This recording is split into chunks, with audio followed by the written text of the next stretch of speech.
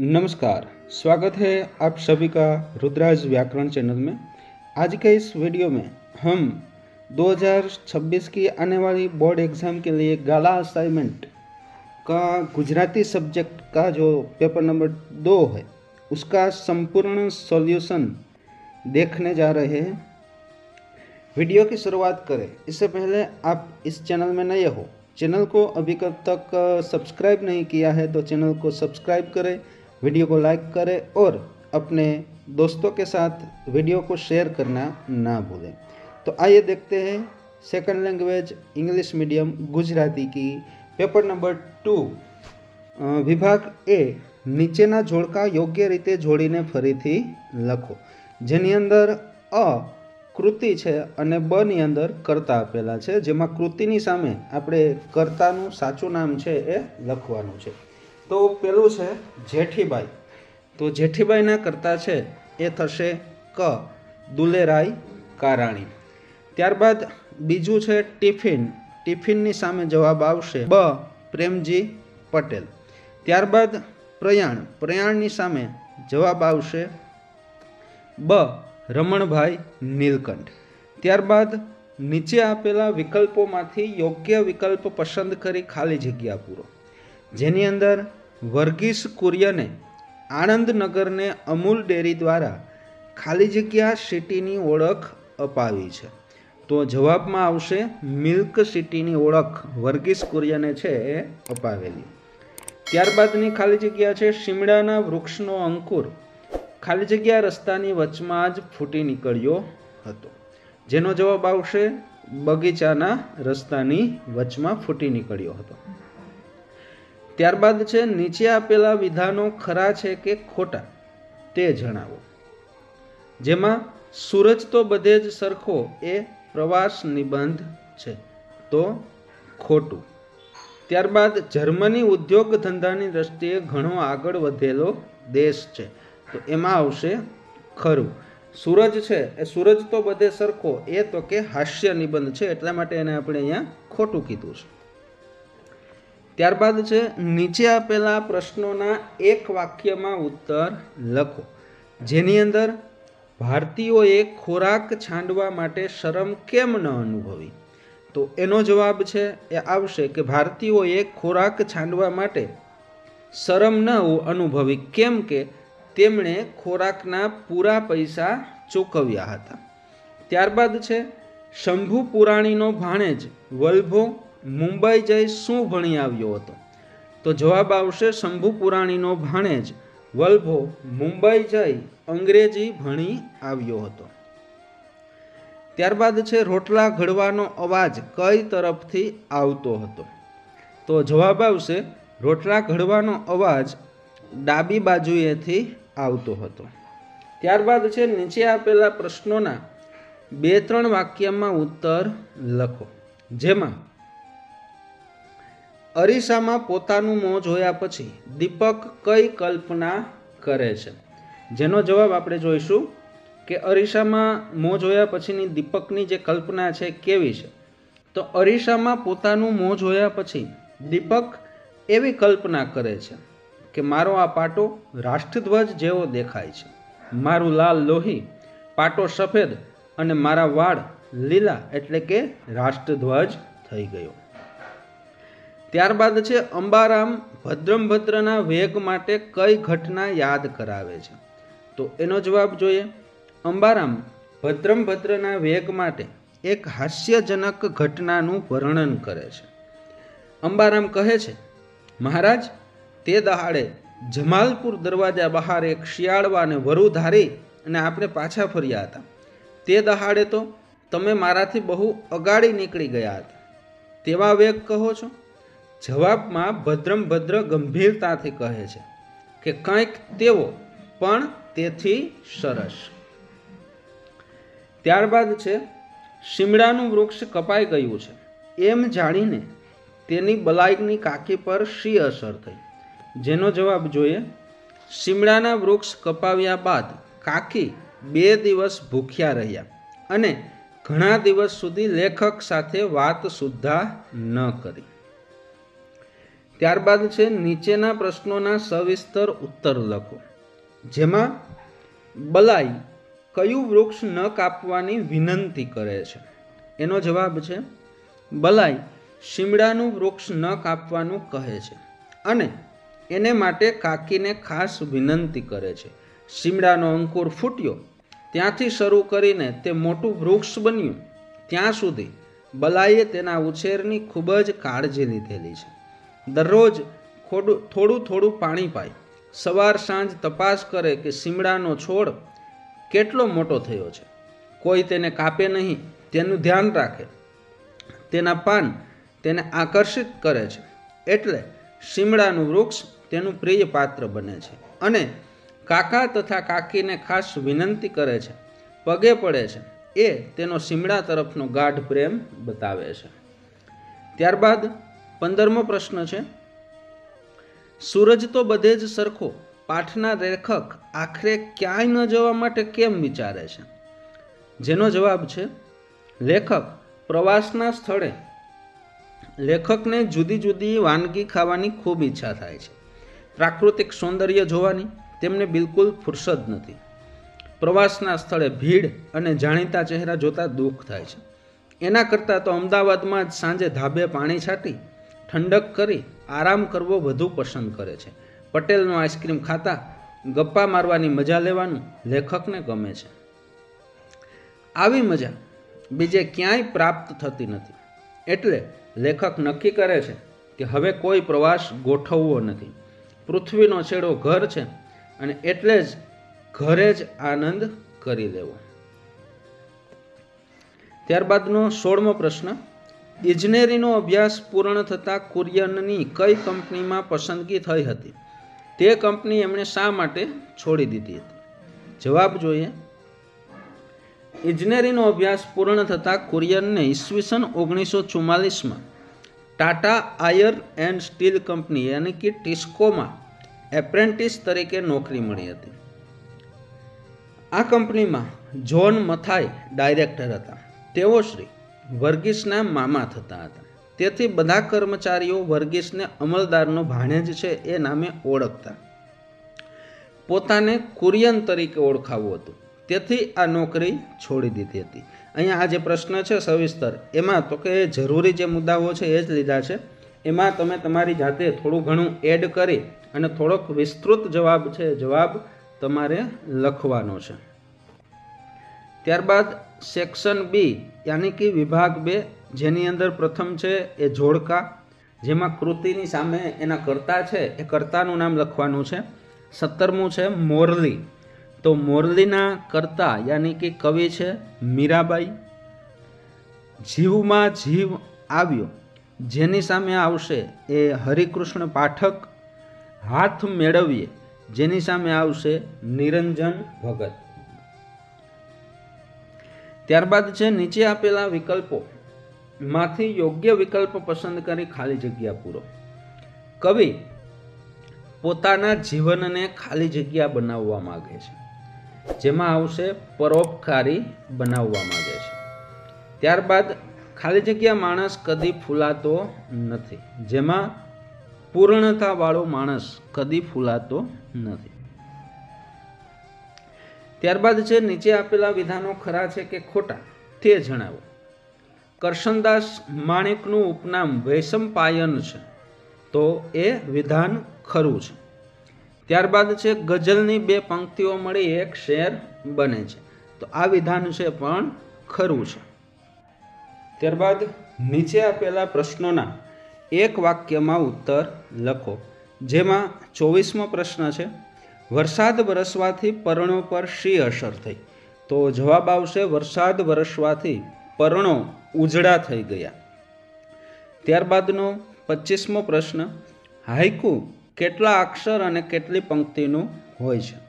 જેનો જવાબ આવશે હાઇકુ 17 અક્ષર અને 3 પંક્તિનું હોય છે. ત્યારબાદ છે જીવન અંજલિ થાજો કાવ્યના કવિ ભૂખ્યા અને તરસ્યા માટે શું બનવા ઈચ્છે છે? તો જવાબ છે ભૂખ્યા માટે ભોજન અને તરસ્યા માટે જળ બનવા ઈચ્છે છે. ત્યારબાદ નીચે આપેલા પ્રશ્નોના 2-3 વાક્યમાં ઉત્તર લખો. નાયિકા દીવાનખાનાની કઈ કઈ વસ્તુઓમાં શા માટે ફેરફાર કરે છે? 27મો પ્રશ્ન અને એનો જવાબ જોઈશું કે નાયિકા દીવાનખાનાની અનેક વસ્તુઓમાં ફેરફાર કરે છે કે જેથી દીવાનખાનું વધારે સુશોભિત લાગે, આવનારને ઘડીક બેસવાનું મન થાય. દીવાનખાનાની જે વસ્તુઓ હતી તેનો સ્થાન બદલો કરે છે, તેને ત્યાં અને એને તહીં ગોઠવે છે. વસ્તુના મનને પૂછીને તેને યોગ્ય સ્થાને પ્રસ્થાપિત કરે છે. સોફા, લેમ્પ, બારીના પડદા, જૂના ગાલીચા હટાવી અને વોલ ટુ હોલ કાર્પેટ લગાવે છે. દીવાનખાનું સુશોભિત અને વ્યવસ્થિત કરવા માટે આટલા ફેરફાર કરે છે. ત્યારબાદ પ્રશ્ન નંબર 28. કૃષ્ણ ક્યાં અને કેવી રીતે નાચે છે? જવાબ જોઈશું. કૃષ્ણ વૃંદાવનની કુંજ ગલીમાં નાચે છે. શ્રી કૃષ્ણ વૃંદાવનની કુંજ ગલીમાં થનક થનક થઈ થઈ કરી અને નાચે છે અને સૌના મનને મોહિત કરે છે. ત્યારબાદ પ્રશ્ન નંબર 29. હાથ મેળવ્ય દ્વારા કવિ શું સૂચવે છે? જેનો જવાબ છે માનવીના હાથે અનેક કામો થાય છે. હાથથી સારા અને નઠારા કામો થાય છે.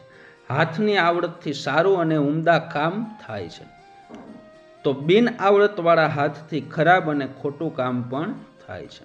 હાથથી મૈત્રી થાય છે, હાથથી દુશ્મની પણ થાય છે, હાથથી તાલી પણ પડે છે અને હાથથી તમાચો પણ પડે છે. ત્યારબાદ છે નીચેના પ્રશ્નોના સવિસ્તર ઉત્તર લખો. જેમાં છે વાદળ ટોચે પહોંચી વેરાઈ ગયું પંક્તિમાં વ્યક્ત થતો સંદેશ લખો. તો જેનો જવાબ છે વાદળ ટોચે પહોંચી વેરાઈ ગયું પંક્તિમાં ખૂબ સુંદર અને સચોટ સંદેશ છુપાયેલો છે. વાદળ એટલે કોઈ એક વ્યક્તિ અને ટોચે એટલે સર્વોચ્ચ શિખર, સંપૂર્ણ ઉન્નતિ. જ્યારે એક વ્યક્તિ પોતાની સર્વિસમાં કે ધંધામાં સર્વોચ્ચ સ્થાને પહોંચી હોય ત્યારે તેણે સમાજના બધા જ લોકો માટે પરોપકાર કરવો જોઈએ.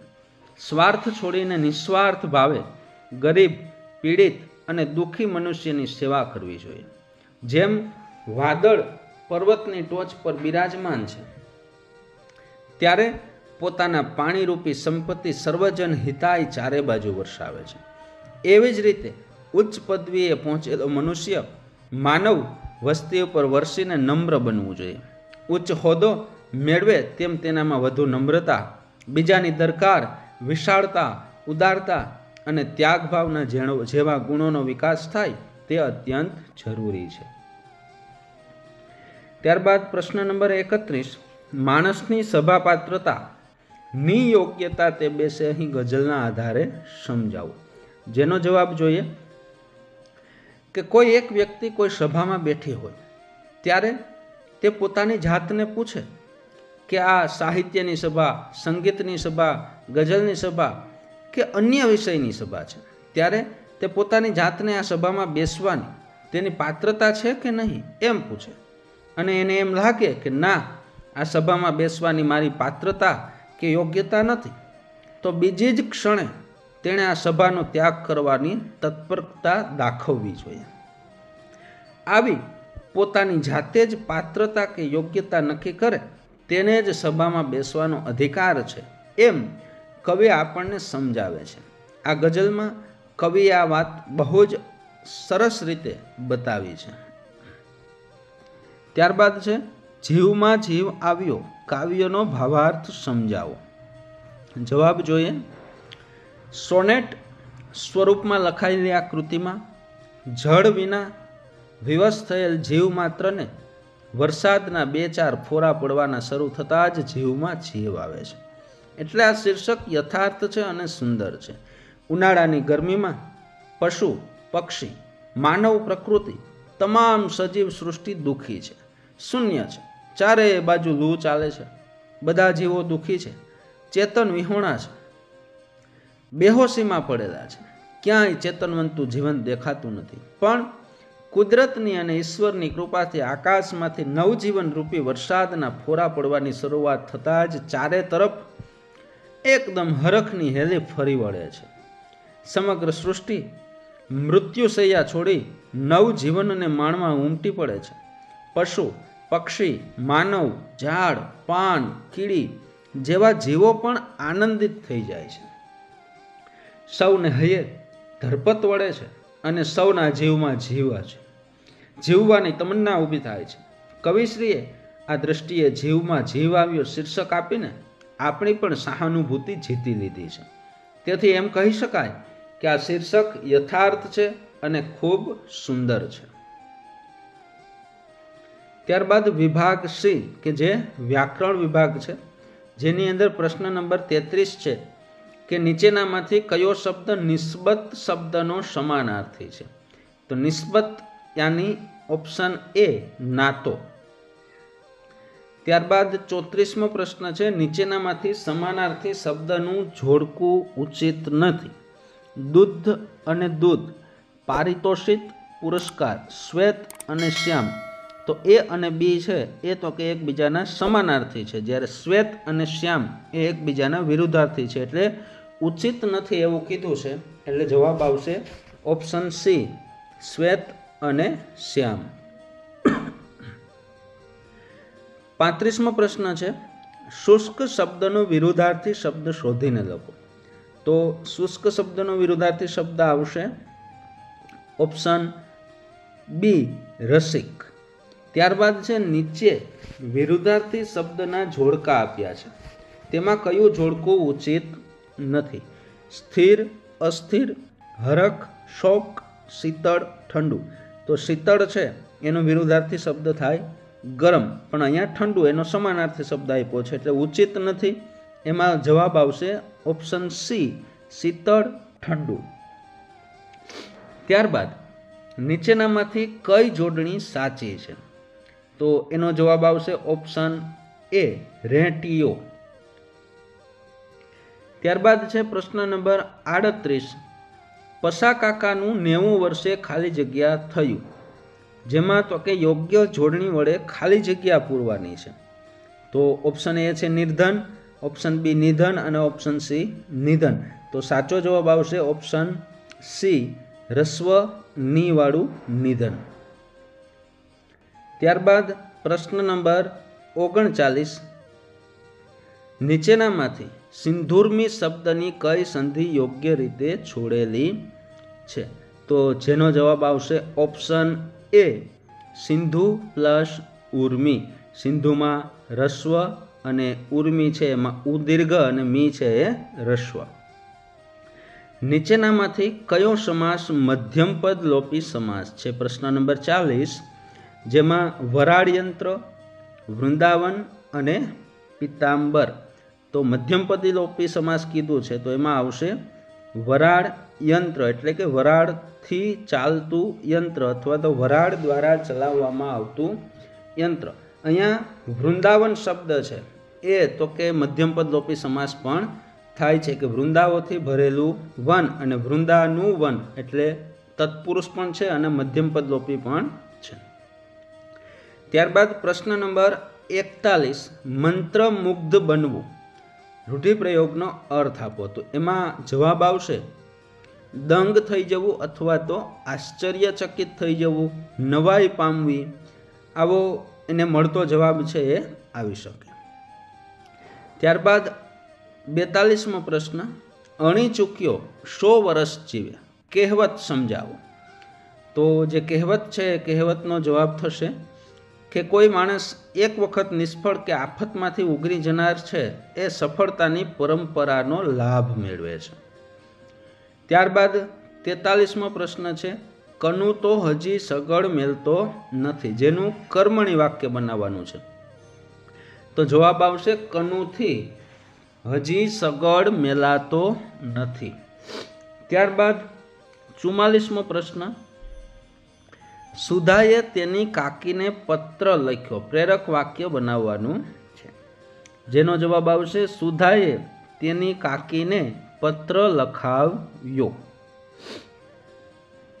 ત્યારબાદ છે 45મો પ્રશ્ન, જેની અંદર એથી અદકો વિષાદ હૃદય પર છવાયેલો હતો. રેખાંકિત વિશેષણનો પ્રકાર જણાવો. એટલે કે અદકો શબ્દ છે એની નીચે રેખા કરેલી છે, એનો પ્રકાર જણાવવાનો છે. તો અદકો વિષાદ એટલે ગુણવાચક વિશેષણ બનશે. ત્યારબાદ છે 46મો પ્રશ્ન, નીચેનામાંથી વિકારી વિશેષણ શોધીને લખો. ગરીબ, ખોટી કે ઉચ્ચ. તો વિકારી વિશેષણ એટલે એવું વિશેષણ કે જે લિંગ પ્રમાણે છે એનું રૂપ બદલતું હોય. કે ભાઈ ગરીબ તો ગરીબનું રૂપ છે નહીં બદલે, પણ ખોટો, ખોટી, ખોટું. ઉચ્ચ તો ઉચ્ચનું પણ નહીં બદલે. તો અહીંયા ઓપ્શન આવશે ઓપ્શન બી, ખોટી. ત્યારબાદ 47મો પ્રશ્ન છે, રહેવા દો ને, એવું શું ખરાબ લાગે છે? યોગ્ય વિરામ ચિહ્ન મૂકી વાક્ય ફરીથી લખો. જેમાં જવાબ આવશે રહેવા દો ને, એના પછી અલ્પ વિરામ અને એવું શું ખરાબ લાગે છે, ત્યારબાદ પ્રશ્નાર્થ ચિહ્ન. ત્યારબાદ છે 48મો પ્રશ્ન, કયા વિરામ ચિહ્નો હંમેશા જોડમાં જ વપરાય છે? તો અહીંયા જવાબ આવશે ઓપ્શન એ, અવતરણ ચિહ્ન. ત્યારબાદ સેક્શન ડી એટલે કે વિભાગ ડી, જેની અંદર સંક્ષેપીકરણ છે. વિદ્યાર્થીનું પ્રથમ કર્તવ્ય પોતાના મગજને સ્વતંત્ર રાખવાનું છે. જેનો આપણે જવાબ છે ડાયરેક્ટ જોઈએ. શીર્ષક આવશે વિદ્યાર્થીનું કર્તવ્ય, અને સંક્ષેપીકરણ યાની કે 1/3 પાર્ટની અંદર છે, એને તમારે શોર્ટમાં લખવાનું હોય છે.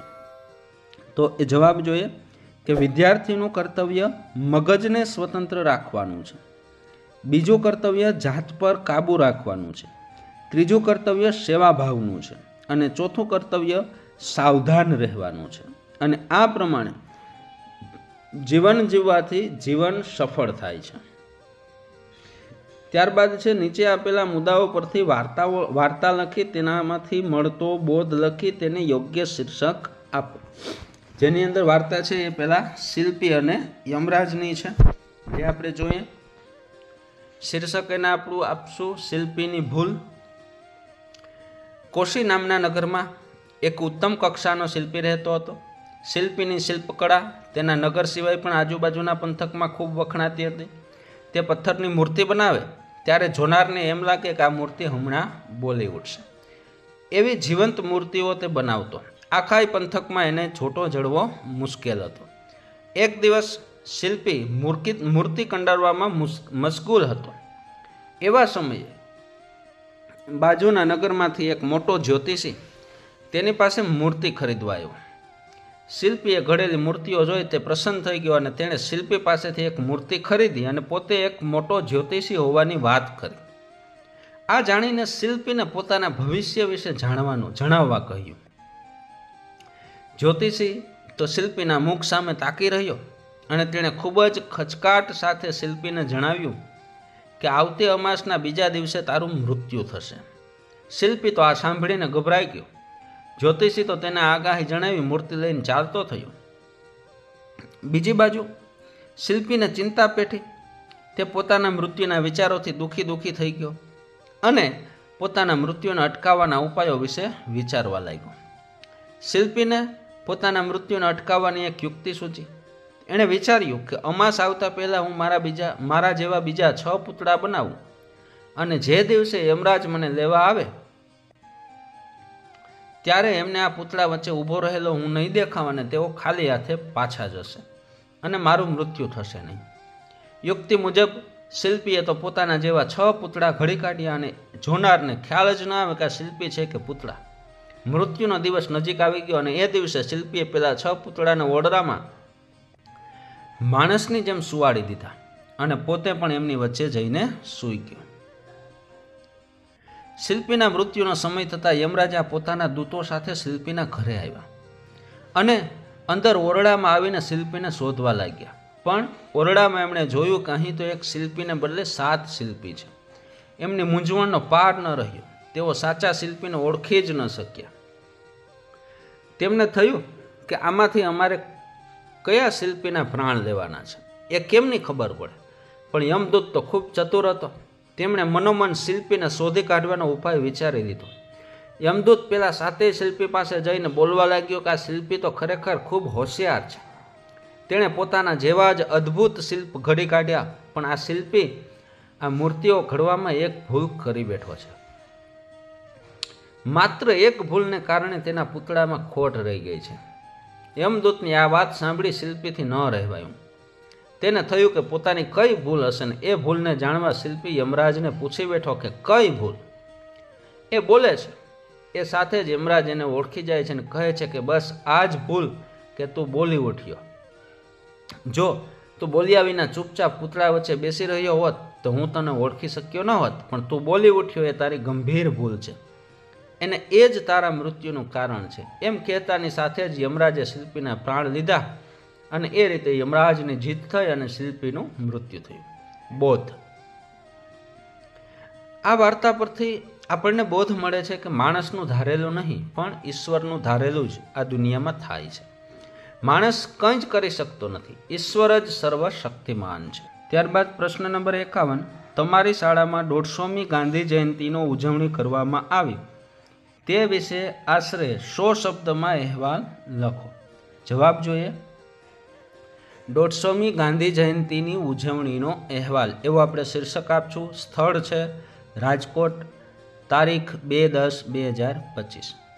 અમારી શાળામાં મહાત્મા ગાંધીજીની 150મી જન્મ જયંતિ નિમિત્તે વિશેષ કાર્યક્રમનું આયોજન કરવામાં આવ્યું. આખો દિવસ બાપુના આદર્શો અને વિચારોને સમર્પિત રહ્યો. સવારે શાળાના પ્રાંગણમાં તમામ વિદ્યાર્થીઓ, શિક્ષકો તથા કર્મચારીઓ એકત્ર થયા. કાર્યક્રમની શરૂઆત પ્રાર્થના સાથે થઈ અને બાદમાં બાપુનું પ્રિય ભજન રઘુપતિ રાઘવ રાજા રામ સૌએ ભક્તિભાવથી ગાયું. શાળાનો માહોલ ભક્તિપૂર્ણ અને શાંતિમય બની ગયો. ત્યારબાદ ધોરણ 10ના વિદ્યાર્થીઓએ ગાંધીજીના જીવન પર આધારિત સુંદર ભાષણ આપ્યું, જેમાં તેના બાળપણથી લઈ સ્વતંત્રતા આંદોલન સુધીની મહત્વપૂર્ણ ઘટનાઓ વર્ણવવામાં આવી. કેટલાક વિદ્યાર્થીઓએ દાંડીકૂચ, ચરખા અને સત્યાગ્રહ જેવા પ્રસંગોનું નાટ્યરૂપ પ્રદર્શન કર્યું, જે સૌના મનને સ્પર્શી ગયું. કાર્યક્રમ દરમિયાન શાળાના સંગીત વિભાગે રાષ્ટ્રભક્તિ ગીતો રજૂ કર્યા. બપોર પછી સ્વચ્છતા અભિયાનનું આયોજન થયું. વિદ્યાર્થીઓ અને શિક્ષકો મળીને શાળા અને આસપાસના વિસ્તારમાં સફાઈ કાર્ય માટે નીકળ્યા. સ્વચ્છ ભારતનો સંદેશ સૌએ હૃદયથી સ્વીકાર્યો. આ સાથે જ ચિત્ર સ્પર્ધા, નિબંધ સ્પર્ધા અને પ્રશ્નોત્તરી સ્પર્ધાઓ યોજાઈ, જેમાં ગાંધીજીના વિચારો, જીવન પ્રસંગો અને યોગદાન પર આધારિત પ્રશ્ન પૂછવામાં આવ્યા. પ્રિન્સિપાલશ્રીએ પોતાના પ્રવચનમાં કહ્યું કે ગાંધીજી માત્ર ભારતના નહીં પરંતુ સમગ્ર વિશ્વ માટે પ્રેરણા સ્ત્રોત છે. તેમણે સત્ય, અહિંસા અને પ્રેમના માર્ગે ચાલીને આખા વિશ્વને માનવતાનો સંદેશ આપ્યો. આપણે પણ તેમના આદર્શોને જીવનમાં ઉતારીને સાચા અર્થમાં બાપુને શ્રદ્ધાંજલિ અર્પણ કરવી જોઈએ. કાર્યક્રમનો અંત રાષ્ટ્રગીત જન ગણ મન સાથે થયો. સમગ્ર શાળા પરિવાર ઉત્સાહ અને ભક્તિભાવથી ભરાઈ ગયો. આ ઉજવણી માત્ર એક કાર્યક્રમ નહોતી, પરંતુ બાપુના સિદ્ધાંતોને યાદ કરવાનો, સમજવાનો અને જીવનમાં ઉતારવાનો સંકલ્પ દિવસ બની ગઈ. આ રીતે 150મી ગાંધી જયંતિની ઉજવણી સફળતાપૂર્વક અને ભાવપૂર્વક પૂર્ણ થઈ. ત્યારબાદ છે પ્રશ્ન નંબર 52. નીચે આપેલી પંક્તિઓનો વિચાર વિસ્તાર કરો, જેમાં છે વાણી તો બાણ ને ફૂલ, કાં વિંધે કાં વધાવતી, નંદવે વ્રજ હૈયા ને નંદાયા ફરી સંધતી. જેનો વિચાર વિસ્તાર છે અહીંયા શોર્ટમાં આપ્યો છે, જેમાં તમે તમારી રીતે વિચારો એડ કરી અને એને લખી શકો છો. આ પંક્તિમાં કવિએ વાણીથી થતા ઇષ્ટ અને અનિષ્ટ પરિણામોની આપણને જાણકારી આપી છે.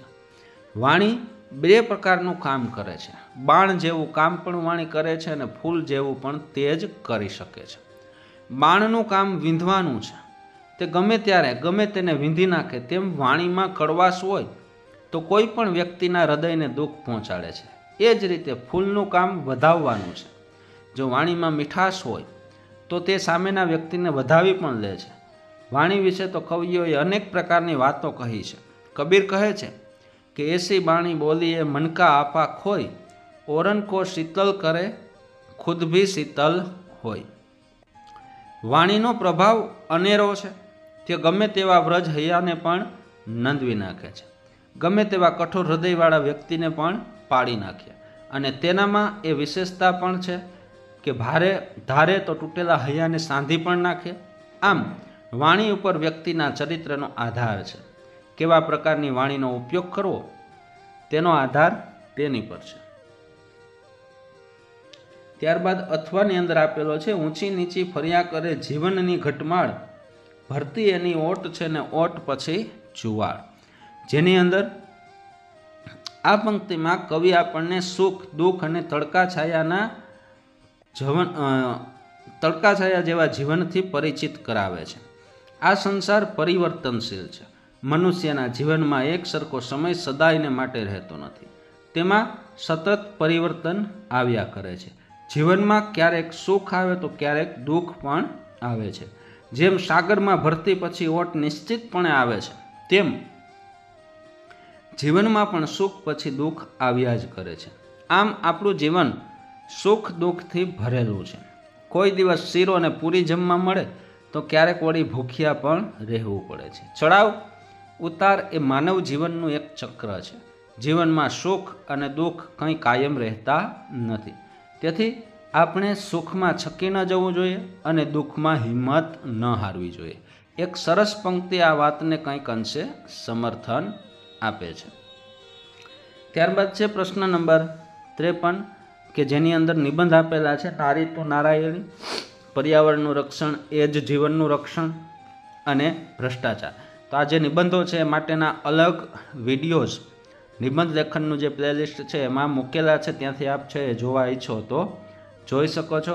અહીંયા આપણે પેપર નંબર 2નું સોલ્યુશન છે એને પૂર્ણ કરીએ છીએ। જો આપને આ વિડીયો પસંદ પડ્યો હોય તો વિડીયોને લાઇક કરો, શેર કરો, અને ચેનલને હજી સુધી સબસ્ક્રાઈબ ન કરી હોય તો ચેનલને સબસ્ક્રાઈબ કરી બેલ આઇકન દબાવો। અસ્તુ, જય હિન્દ, જય ભારત।